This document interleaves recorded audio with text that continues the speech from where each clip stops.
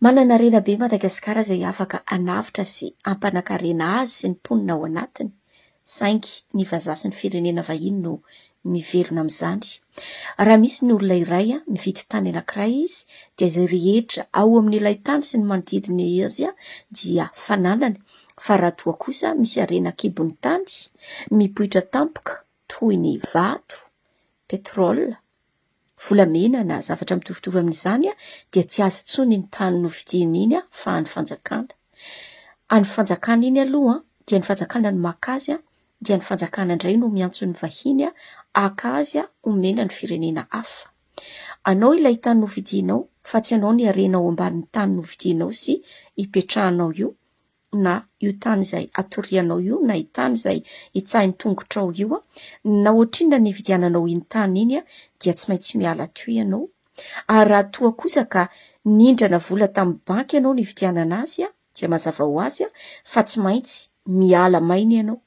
Tonga dia fafany avy hatrany ny dette ananany aminao raha olona manan-katao ianao. Fa raha olona tsotsotra fiainana ianao dia mety sady hiala maina ianao no mbola tratra ny tahotra na mety ho ampandoavy ny zana-bola izay nalainao. Miarahaba indray ho antsika rehetra ho anareo mpanaraka ny pejy eto misaotra anareo manaraka tsy tapaka. Maro ny nametraka fanontaniana hoe inona ilay ondy ary fomba manao ahoana ny fandefasana izany any anatin'ny atidoha. Io ondy alefa io dia direct any anatin'ny atidoha, ondy spesifika izy io izay efa hain'izy ireo, izany hoe ireo elita mpanao izany amin'ny ilaina amin'ny zavatra izay ilany azy. Raha tiany ohatra hijanona ao anatin'ny minitra vitsivitsy ny fikoriana ny elektrisite ao anatin'ny vatana avy any anatin'ny atidoha dia ny onja mitovitovy amin'izay no alefany, izany hoe ny onja ny fampitahorana, rehefa fampitahorana dia izay no alefany. Raha tiany kosa hoe hanimba zavatra na hamono olona iray na olona maromaro dia onja ambonimbony mafimafy no alefany, toy ireo ondy alefa amin'ny horohorontany na tondra-drano sy ny tariny. Izany hoe raha azavaiko tsotsotra amin'ny olona izay nahazo ny kolonela fanampera iny dia efa nahazo tahotra izy andro maromaro talohany nanaovany iny kabary iny. Izany hoe efa nipetraka tao anatin'ny lohany sy ny sainy ilay tahotra. Ny tombo teny an-dalana teny iny tahotra iny ary rehefa niteny zavatra iray izy ka saika hiteny zavatra izay efa nomaniny tao an-tsainy dia niverina tao anatin'ilay sainy, tao anatin'ny esprit n'ilay tahotra, izany hoe nahazo vahana ilay tahotra miampy ilay onja izay efa nomanina amin'ilay izy seho eo imason'olona amin'ilay kabary izay ataon'iny dia tonga dia nisy dysfonctionnement tao amin'ny hozatra tao anatin'ny atidoha ka nanakana azy tsy hiteny, nanakana azy mihitsy, nanakana ilay elektrisite hikoriana tsara any anatin'ny fo. Satria talohany nanaovany iny kabary iny dia efa nizara roa ny sainy hoe raha hiteny an'ity zavatra ity aho dia izao ny zavatra anjo ahy sy ny fianakaviako. Raha tsy hiteny kosa izao dia mety hoe voavidy zaho saingy ny 750 ny volona sy ny mental antsika dia efa programme ho amin'ny tahotra sy ny onja ambany na negativa ka mora ny mibaiko azy avy lavitra. Azavaiko ny mikasika ilay ondy sy mikasika ireo olona mibaiko izao tontolo izao fa tsara aloha ny ahafantarantsika ny tombotsoa izay tokony ho azon'i Madagasikara amin'io basy toleary io sy ny voka-dratsy izay mahazo ny mponiny toleary sy ny manodidina azy amin'io zavatra randrahana io. Misy terre rare ao Toliara izay misy ilmenite, rutile, zirconium ary monazite. Fa ny zirconium sy ny monazite no resaiko. I Amerika no nahazo ny tompony tombotsoa amin'io basy toleara io saingy miady an'io France. Izay ny antony tongavany Emmanuel Macron tany a Madagasikara. Inde, Madagasikara ary Afrika Atsimo dia manana tahiry lehibe misy fasika monazitika. Ny tahiry indiana dia manan-karena indrindra amin'ny monazite. Ny monazite dia radioaktiva noho ny fisian'ny thorium ao anatiny. Azo ampiasaina amin'ny fanamboarana fitaovam-piadiana, bateriana avion na arma nucléaire na arma chimique. Ny monazita sy ny zirconium dia samy ilaina amin'ny sehatry ny angofo nukleary, ny indostria chimique, ny fitsaboana, ny implant dentaire ary ny zavatra maro samihafa. Tafiditra ao anatin'izany ihany koa ny kosmetika. Ny fanimbana ny radionuclide ao anatin'ireo mineraly ireo amin'ny fitrandrahana azy dia mampitombo ny hahavon'ny radioactivité voajanahary, mampiakatra ny hahavony sy ny fanaparitahana ny gazy eny amin'ny lanitra sy amin'ny manodidina izany ary mety hanimba ny taovam-pisiefoana sy ny hoditra ary mety mitondra kansera ho an'ny vatana. Ny resaka sika tamin'ny fandarana farany iny hoe mbola voabaiko ny Banque Nationale ny mpanao politika. Hojerevantsika ary ny laharan'ny piramide sy ireo olona na entité mibaiko izao tontolo izao. Ny laharana voalohany ery ambanin'ny piramide dia ireo citoyen tsotra sy ireo mpanan-karena rehetra ary ireo mpihira malaza sy ireo mpandraharaha. 1% ny olona manerana izao tontolo izao no mpanan-karena indrindra ary 7.9% no olona sahirana na manana fiainana antonony. Laharana faharoa ny gouvernement. Ny laharana fahatelo dia ireo orinasa lehibe rehetra, ireo agroalimentaire, laboratoire mpanamboatra fanafody sy kojakoja ilaintsika andavanandro, ao anatin'izany ihany koa ny fiangonana sy ireo elita mpitarika ny fiangonana. Alohany mezako ny laharana fahaefatra dia misy fivoriana izay taritiny groupe Bilderberg nanomboka tamin'ny taona 1790. Matetika dia ao Italia no fanaovana izany fivoriana izany. Ny tanjon'ny club Bilderberg dia ny hiaraka manambatra ny hery politika rehetra amin'ny États-Unis sy Europe mba hanoherana ny Russie sy kontrolen'izy ireo dia ireo membre ao anatin'ny club Bilderberg ny économie mondiale. Ny mpikambanao dia ireo fianakaviana royal, ireo tompona banky rehetra, ireo mpanao politika matanjaka, ireo tompona gazety na ireo mifehy ny fanaparitahana vaovao, radio, mpikambanao ihany koa ireo elita mpiangonana mpitarika ny fiangonana.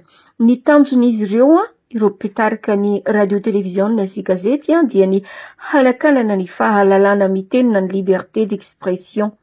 Izay efa miaina izany ireo olona mpikirakira ny YouTube, Facebook, toy misy ao Madagasikara mba hanamorana ny fampiharana ny lamina mondialy. Fivoriana mibaribary tsy miafina izy ity ataony club Bilderberg ity ampitaina hitany rehetra ny fivoriana fanasana ireo mpikambana ao aminy. Raha mifanohitra amin'izany kosa ny fivorian'ireo Illuminati izay tsy misy mahafantatra ny anaovana sy ny fotoana anaovan'izy ireo ny fivoriana. Ny laharana fahaefatra dia ny Banque Nationale ary ny laharana fahadimy ny Banque Centrale. Laharana fahaenina ny Banque Mondiale sy ny FMI, Fonds Monétaire International, izay ireo olona dimy tena mpanan-karena indrindra no ao anatiny. Ohatra i Rothschild zao dia actionnaire ny FMI. FMI ny Banque Mondiale ilay mpanometrosa ny firenena manerana izao tontolo izao indrindra ireo firenena feno harena nefa mahantra. Ny laharana fafito ny Banque Centrale ny Banque Centrale. Eny, misy Banque Centrale ny Banque Centrale. Izy io no mpanara-maso sy mpamatsy vola ny Banque Nationale. Manana pouvoir lehibe izy ireo 5 mbola ambany ny Banque de Paiement International. Ity Banque Centrale ny Banque Centrale dia miisa 80 olona no mitatana azy ao ary manana pouvoir lehibe amin'ireo mpanao politika rehetra maneran-tany izy ireo. Izy ireo no mandidy na hanometrosa na tsy hanome an'ireo mpanao politika ireo. Ny laharana fahavalo dia ny banque n'ireo elite. Ireto ny olona matanjaka indrindra izay mpanambola sy mpitazona volamena betsaka indrindra. Izy ireo dia afaka mampindrana vola amina nation iray mihitsiny raha ilainy izany. Azo antsoina hoe tompon'izao tontolo izao ihany izy ireo nefa isika aza mbola tsy ery amin'ny piramide ambony ery. Ny tena lohany amin'ity banque ny elite ity dia Rothschild, Rockefeller, fianakaviana Morgan, fianakaviana Dupont ary ny fianakaviany Bush. Ireo no lazaintsika fa mibaiko izao tontolo izao. Afaka mibaiko ary tena mibaiko izy ireo satria raha resaka materiel no resaina sy fibaikoana saina na ny mental no resaina dia vitany izany sainga mbola manana mpibaiko azy izy ireo. Olona tsy race humaine no mibaiko azy ireo zany hoe tsy olona avy amin'ny planeta ny tany misy atsika ety fa ny amin'ny planeta hafa. Antsoina ihany koa hoe Homo sapiensis izy ireo dia ireo olona mipetraka any amin'ny planeta hafa izany dia ireo planeta resahina fa tsy misy mipetraka ireo planeta ampianarina anao ireo izay resahin'izy ireo fa tsy misy mipetraka any. Ny atao hoe extraterrestre dia tsy biby akory ary tsy olona mampatahotra fa olombelona mitovy amin'ny olombelona ihany saingy ny extraterrestre dia ny olona mipetraka any ivelan'ny tany, zany hoe ivelan'ny planeta tany no misy azy any ambanin'ny ranomasina misy, ambanin'ny océan, any ambanin'ny ranomamy misy ihany koa, any ambony any amin'ny planeta hafa any ambony any misy ihany koa.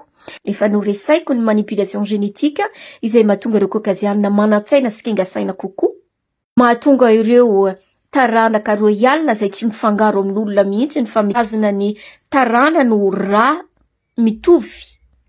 Mbola misy ny résus négatif, misy ny ra izay tsy hifangarovan'izy ireo ary angamba hitatsika ny fady marani-tsaina, kinga saina, manan-tsaina ireo olona ireo.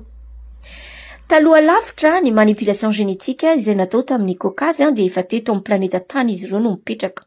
Hitatsika angamba ireo piramida maro izay mbola mijoro any Egypte, Meksika, Indonésia, Afrika dia misy zavatra hita maso fa tsy olombelona sy ny herin'ny rery ihany no nanao azy satria na ireo asa tanan'ireo olona manam-pahaizana be amin'izao fotoana izao ankehitriny iainantsika izao dia tsy mbola mahafehy izany, tsy mbola mahavita toy ireny ary tsy mahavita akory any ampahefany. Ny ondy dia fréquence na feo mizara roa izy io, misy ny ondy ambany dia misy ny ondy ambony, na ny high frequency na ny low frequency. Isika dia énergie ary mampiasa fréquence. Ny feo avoakantsika dia fréquence. Rehefa mihira ny mpihira dia mampiady feo, fréquence ihany koa izay. Ireo note ireo no antsoina hoe fréquence na onde na vibration. Fréquence na feo no nampiasaina ny batana sy ny manipulena zava-mavesatra be tany aloha. Tany amin'ireny Amérindien ireny dia mbola natratra izany ireo mpanjanaka. Napasa izany fomba fiasa izany avy amin'ny alalan'ny fampiasana tambour sy feo avy amin'ny corne izy ireo ka arakaraka ny mahalehibe mampiakatra ny sy aingana n'ilay feon'ilay tambour sy ilay corne no mampiakatra ihany koa ny onjan'ilay ondy mba hahatonga azy ho high frequency. Toy ny fréquence izay ampiasain'ireo tibétain any cloche. Misy dikany daholo ireny fa tsy feo mandeha dia fahatany. Ny onde manipulation mentale indray dia afaka alefan'olona tsotra. Ondy ny alefanao rehefa manao télépathie ianao. Ondy alefany anatin'ny ati-doha ibaikona mentale toy ny ataon'ireo firenena matanjaka toy ny ataon'ny projet ARP ohatra dia masina no ampiasaina amin'izany. Avy alavitra any no anaovana azy fa tsy mila manatrika ianao. Nefa dia maharava zavatra betsaka be ary mahasimba zavatra betsaka be ilay onja. Tsy mila manatrika ihany koa ianao rehefa manao télépathie amin'olona iray. Fantatrao tsara izay ngambany. Toy izany ihany koa ny fitsaboana amin'ny alalan'ny soin énergétique dia onja, vibration, énergie no alefa avy alavitra amin'ilay olona izay ho tsaboinao. Satria ny mental no énergie ambony indrindra mampandahitra ny onja alefa, na izany onja ambany na izany onja ambony.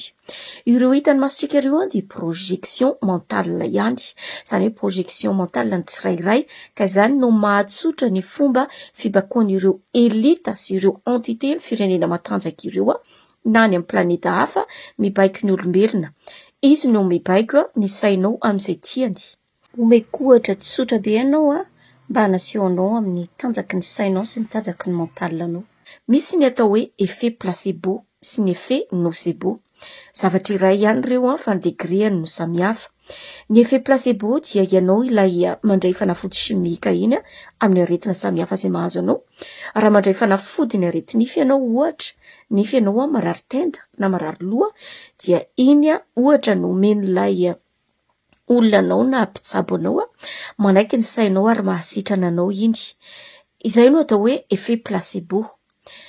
Ny effet nocebo kosa indray dia ao anatin'ilay fanafody omenanao iny dia rano siramamy fotsiny ihany na jus d'orange na zavatra ohatran'izay ohatra fa tsy misy chimique nefa manome ary mampitombo aretina ho anao iny ary mahatonga cancer ao amin'ny vatanao ka mitombo ny aretinao satria raha miteny aminao ilay mpitsabo hoe fanafody tsotra vita amin'ny ranon-tsiramamy no nomenanao teo.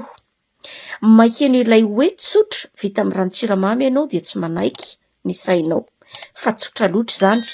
Hany ka mamorona aretina lehibe mihoatra ny nahazo anao teo ny sainao na ny espritnao, ary mety mandeha amin'ny fahafatesana mihitsy izany satria raha miombo ilay cancer izay noforonin'ny sainao dia mahatonga anao any amin'ny fahafatesana.